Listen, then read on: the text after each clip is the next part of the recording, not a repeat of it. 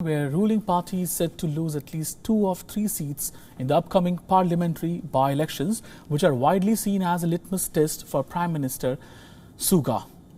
The exit polls have predicted a huge blow to the ruling Liberal Democratic Party ahead of national elections this year. These are the first significant elections since Suga took power last September.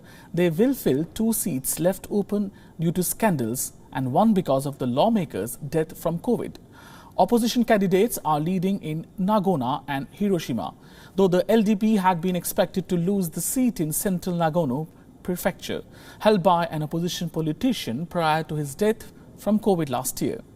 A loss in conservative Hiroshima prefecture would be a blow that could affect Suga's own fate by weakening his base within his party.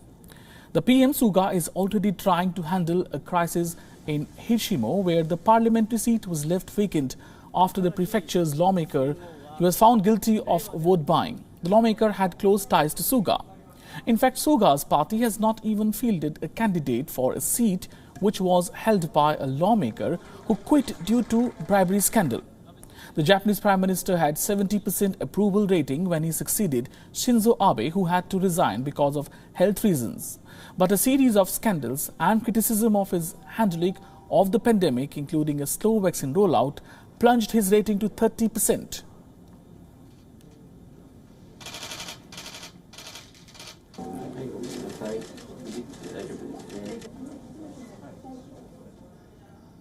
Apart from this, many Japanese also unhappy with PM's decision to hold Tokyo Olympics amid fears of new COVID variants.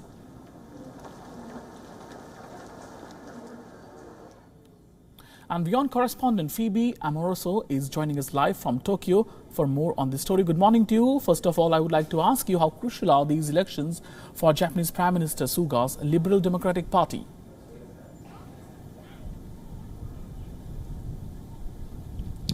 Yes, so the elections were definitely not a good result for Suga's ruling LDP. It's important to remember that the main opposition, however, is trailing far behind in polls. So later this year in October, there is a general election scheduled to be held, and the LDP is still projected to perform during those elections. However, the implications of these recent by-elections are quite serious for Prime Minister Suga in terms of his own standing within the party. His term leading the party is up for contest in September, and he had been looking to perhaps call an early general election to shore up his power within the party. There were a lot of rumours last month in which he met with Prime Minister Abe for face-to-face talks just shortly before he became the first foreign leader to meet with President Joe Biden. But with this triple defeat in these current by-elections, it's unlikely, analysts are projecting that it's unlikely that he will be calling a general election early. And more broadly, the results of these elections, we saw 2 of the LDP candidates lose their seats.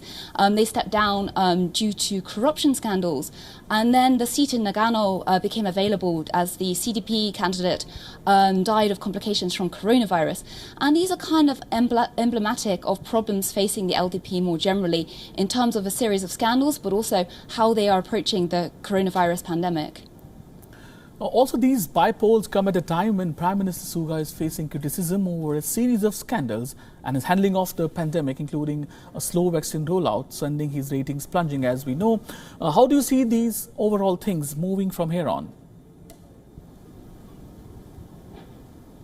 Certainly, there are a lot of challenges ahead. As you reported, Prime Minister Suga's cabinet approval rating was just shy of 70% when he came to lead the party last autumn, and it plummeted below 40% in February. And that was largely in response to the handling of the coronavirus pandemic in terms of the second state of emergency that he was forced to call in early January, in which infections were rising really sharply. And then he was criticised for acting too slowly. So in the case of Tokyo, he then extended that state of emergency and kind of preemptively, and that was seen as him trying to show decisive action. Against that backdrop, there was a scandal in December in which he was found to have dined out with other senior members of the party at a time when the public was being asked to not dine out in groups. And then, of course, last week on Friday, we saw him once again stand in front of the nation and say, we have to go into another state of emergency for Tokyo and 3 other prefectures. And he had to say, oh, I'm sorry, I have to go back on the promise that I made just over a month ago that we would not be in a second state of emergency. So public trust is fairly low at the moment, and there are a lot of challenges.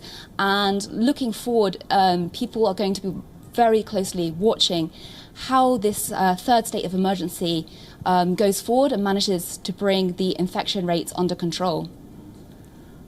And clouds of uncertainty are looming over the Olympics, which are less than 100 days away still now. How do you see the Prime Minister putting things in order amidst the mounting criticism so far? There were some criticisms launched at Prime Minister Suga on Friday, in that the one thing that he was able to give a certain answer on was the Olympics. He did actually pass responsibility to the International Olympic Committee, saying it was their decision, they've decided to hold the Olympics, and the Japanese government is doing as much as possible to ensure that it is a safe Games.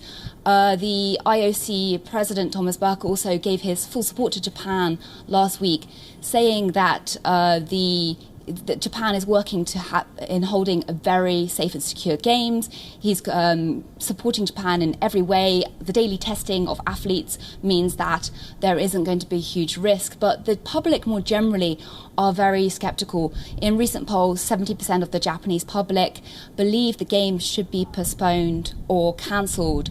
And sort of adding fuel to the fire, so to speak, the Tokyo Motor Show, to be scheduled to be held in autumn, the organisers announced that it will be cancelled due to the pandemic. So there are a lot of questions currently as to why the Olympics are being prioritised so much, and certainly some scepticism among medical professionals as well as to whether Japan can safely hold the Olympics during a time like this when the country is facing a 4th wave.